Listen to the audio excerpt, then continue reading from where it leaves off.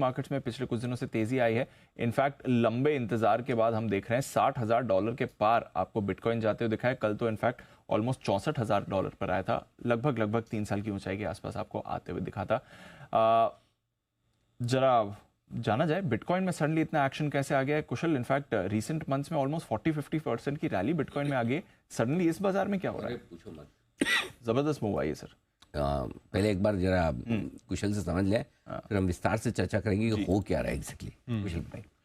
बिल्कुल सर, तो जिस तरह से यहाँ पर बिटकॉइन में अभी हाल फिलहाल में एक्शन देखने को मिला है, पिछले 4 दिनों में हमने देखा कि 18% से ज़्यादा की ग्रोथ वहाँ पर देखने को मिली है। यानी कि जिस तरह का रनअप बिटकॉइन में अब वापस से लौटता हुआ दिख रहा है, उसकी एक बड़ी वजह भी है जिसकी विस्तार से सर ऑफकोर्स चर्चा करेंगे। बट बिटकॉइन में इस साल भी अगर आप देखें तो लगभग 45% की बढ़त हमें देखने को मिली है। तो 4 दिनों का तो 18% है ही, बट पूरे साल में अब तक लगभग 45% की बढ़त हो गई। और ये बिटकॉइन की बात नहीं है, क्रिप्टो करेंसी में आप इथीरियम को भी देखिए तो यहाँ पर अप्रैल 2022 के बाद यहां पर आपको बड़े हाईज देखने को मिले हैं और इस साल में अब तक 49% की ग्रोथ वहां पर भी होती हुई दिख रही है। तेजी के कारण में निवेशकों का जो भरोसा है, एकमात्र ये मुझे लग रहा है कि एक बड़ा रीजन है, क्योंकि यहां पर निवेशकों का जो भरोसा है वो बिटकॉइन ईटीएफ्स में बढ़ता हुआ दिख रहा है। अब ये रुचि किस लिए बढ़ी है? क्योंकि 11 जनवरी को यहां पर बिटकॉइन ईटीएफ्स ब्लैक रॉक और फिडेलिटी ने यहां पर अपने लॉन्च कर दिए थे और उसमें लगभग कुल मिलाकर अभी बिटकॉइन ईटीएफ्स में $5.6 बिलियन का इनफ्लो आता हुआ दिख रहा है। और कुल डिजिटल करेंसी का मार्केट कैप आप देखिए तो लगभग $2.2 ट्रिलियन का अब पहुंच चुका है। और आगे के लिए भी जो आउटलुक है वो भी काफी ज्यादा बेहतर होता हुआ दिख सकता है। ऐसा एक्सपर्ट्स के अनुसार अप्रैल 2024 तक बिटकॉइन एक नया रिकॉर्ड भी बना सकता है। बट ऑफ कोर्स जिस तरह से यहाँ पर अभी तेजी बनती हुई दिख रही है, हो सकता है कि अप्रैल के पहले ही या मार्च में ही हमें ये जो नया हाइज है, जो पहले इसने प्रीवियस हाइज बनाए थे, वो अचीव भी होता हुआ दिखे। तो ऑफ कोर्स यहाँ पर जिस तरह का अभी सिनेरियो बना हुआ है बिटकॉइन में, बहुत ही शानदार तेजी है।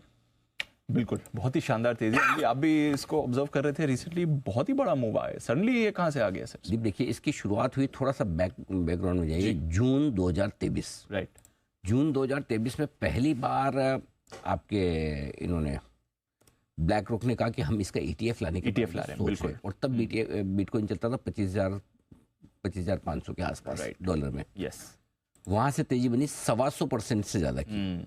आज 125 क्या ज्यादा हो गया, अब तो 64,000 के आसपास हो गया। ठीक है, 60,000 के आसपास, 60,000। तो वहां से 25,000 वाला बिटकॉइन 60,000 हो गया जून से लेकर अब तक। कितने महीने में? 8 महीने में, 8 महीने 9 महीने, हाँ, सिर्फ 8 महीने में ये होगा। ठीक है, जो नया ट्रिगर तेजी का आया ये आया है जनवरी में। 11 जनवरी की डेट है, जहां तक मुझे याद है। 11 जनवरी याद है, बिटकॉइन की भी डेट याद है, भी सारे डेट से याद है। हाँ, बिटकॉइन की भी याद है। 11 जनवरी को ब्लैक रॉक ने लॉन्च किया था अपना ईटीएफ क्रिप्टो का। यस, वहां से करीबन 30% के आसपास की तेजी बनी। अब क्यों बनी है वो दो चीजें समझिए। जो भी लोग देखिए, बिटकॉइन लीगल है नहीं है, वो उसके ऊपर लोगों की अपनी अपनी ओपिनियन है, क्लैरिटी नहीं है लोगों को। इंडिया में मानते हैं लीगल नहीं है, लीगल नहीं है और इलीगल है में, उसमें भी डेफिनेशन में बड़ा फर्क है। एक तो इलीगल है मतलब क्लियर कट नहीं है, एक लीगल नहीं है वैसे ही है कि आप बुरे नहीं हैं। मतलब क्या है फिर? और आप अच्छे हैं, दोनों में फर्क है ना। आप अच्छे नहीं हैं और आप बुरे हैं, मतलब ये वैसा, मतलब थोड़ी सी मतलब एम्बिग्यूटी वाली बात है। एनीवे, सो हुआ क्या दीप कि जब से ब्लैक रॉक ने कहा है कि हम ईटीएफ लेकर आए, तब से दो चीजें बदली। जो लोग बिटकॉइन और क्रिप्टो खरीदते हैं उनके लाइफ में दो ही चीजों की सबसे बड़ी रिस्क है। पहली तो रिस्क ये है कि अगर वो अपना पासवर्ड भूल गए तो पूरा ब्लॉकचेन टेक्नोलॉजी में पासवर्ड भूल गए तो गए काम से, हैं? आपकी बिटकॉइन खत्म, करेक्ट, कुछ नहीं कर सकते। Yes sir. दूसरा, अगर चलो पासवर्ड याद है, सब कुछ है, और कोई हैकर आके घुस गया ले गया तो सही बात है, तो भी गए काम से। कहाँ कंप्लेन कराओगे, कौन सी पुलिस में? करेक्ट है ना। सो ये दो बड़ी रिस्क थी। अब ब्लैक रॉक ने जब से ये इंटेंशन बताया कि हम ईटीएफ ला रहे हैं, उसमें दो बड़े बदलाव हुए। पहला बदलाव तो हुआ लीगल फ्रेमवर्क को लेकर, और दूसरा बदलाव हुआ इन्वेस्टर के माइंडसेट को लेकर। लीगल फ्रेमवर्क को लेकर क्या बदलाव?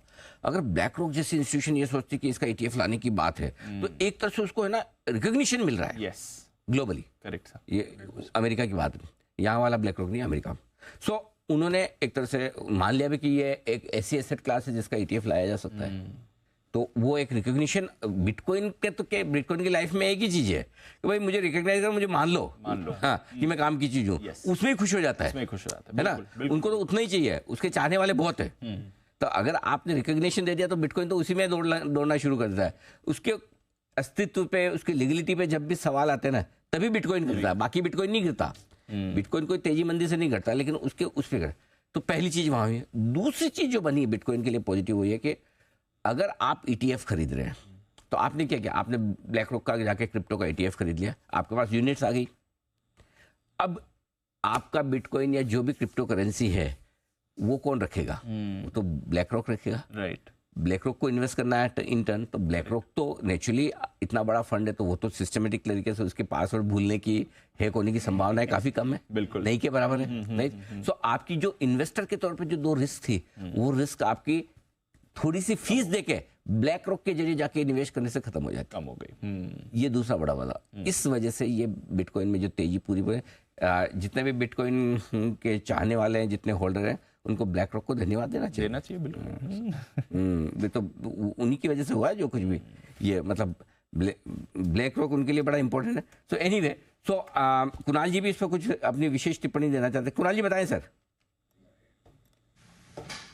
अरे देखिए, एक और इवेंट इसमें होने वाला है जी बिटकॉइन में एक हार्विंग इवेंट होता है ना जी हर 4 साल में, यानी बिटकॉइन का जब 2,10,000 शायद एक हार्विंग इवेंट होता है, हार्विंग। हाँ। तो अनिल जी क्या होता है कि जैसे ही 4 साल हो जाते हैं तो हर 4 साल बाद क्या है कि बिटकॉइन के माइनिंग के इंसेंटिव्स को कम कर दिया जाता है। तो जो माइनिंग जो लोग बिटकॉइन की करते हैं अनिल जी, जैसे ही 4 साल बीत जाते हैं, एक पर्टिकुलर नंबर में बिटकॉइन जनरेट हो जाते हैं, तो फिर उस पर इंसेंटिव कम हो जाता है, तो उससे सप्लाई और कम हो जाती है।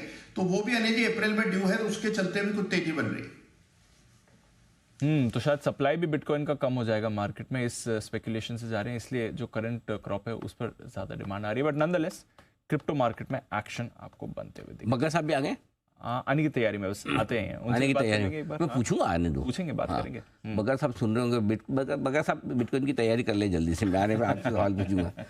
तो ये बिटकॉइन में जबरदस्त, तो हार्विंग माइनिंग भी थोड़ी कम होती दिखेगी, उससे भी सप्लाई कम होगी, है ना, सप्लाई कम होने के इंसेंटिव कम हो जाएंगे तो अच्छा, तो उसमें जो जितना पैसा वो लोग पहले बनाते थे, अब वो लोग उतना बनेगा उनके लिए, तो ऑब्वियसली वो कम बिटकॉइन मिंट करेंगे। और माइनिंग में वो बड़ा वो सिस्टम बड़ा तामझाम लगाना पड़ता है, बोले इलेक्ट्रिसिटी का बड़ा कंजम्पशन, बहुत ज्यादा हीट बहुत जनरेट होती है, उसको कूलिंग करनी पड़ती है, और एनवायरनमेंट फ्रेंडली नहीं मानते शायद उसको, ऐसा कुछ है। पहले तो बंसल जी समझते माइन मतलब कुछ ऐसा खदान वदान लेनी होगी, उसमें खुदाई करनी होगी, मतलब ये माइनिंग थोड़ी सी अलग है। बंसल जी, आपने कभी कोशिश की इसकी माइनिंग की? नहीं अनिल जी, मैंने नहीं करी, but if you remember Anil ji, once आप कोई अवार्ड ले रहे थे तो मैं आपकी बात किसी एक बड़े सीनियर मतलब कि माइनिंग कंपनी के सीनियर से बात करा रहा था, प्रोक्योरमेंट डायरेक्टर से। अनिल जी वो इस पे एक्सपर्ट हैं, मतलब कि बिटकॉइन के ऊपर, और जो कुणाल जी बता रहे हैं वो ऐसा ही अनिल जी, और हर 2-3 साल में यहाँ साइकिल्स का काम होता है।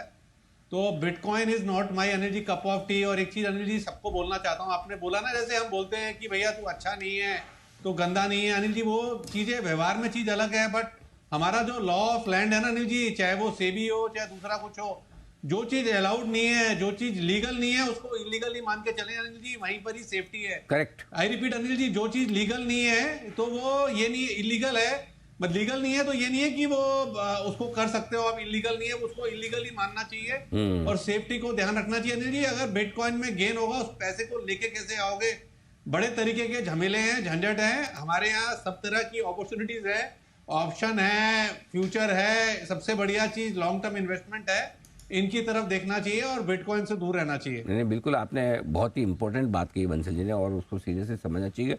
जो चीज लीगल नहीं उसको आप इलीगल ही समझो। हाँ, अब उसमें अलग अलग राय हो सकती है आपकी, इंडिविजुअली आपकी कितनी रिस्क लेने की ताकत है, क्या है क्या नहीं, वो आप अपना अपना देखें, लेकिन हाँ सावधानी रखना जरूरी है, ये है आपके लिए। चलो, बिटकॉइन पर विशेष हमारे चैनल पे कमी होती है, लेकिन चूंकि इंटरेस्टिंग डेवलपमेंट होते हुए देखे तो हमने सोचा कि दर्शकों तक पहुंचाया जाए।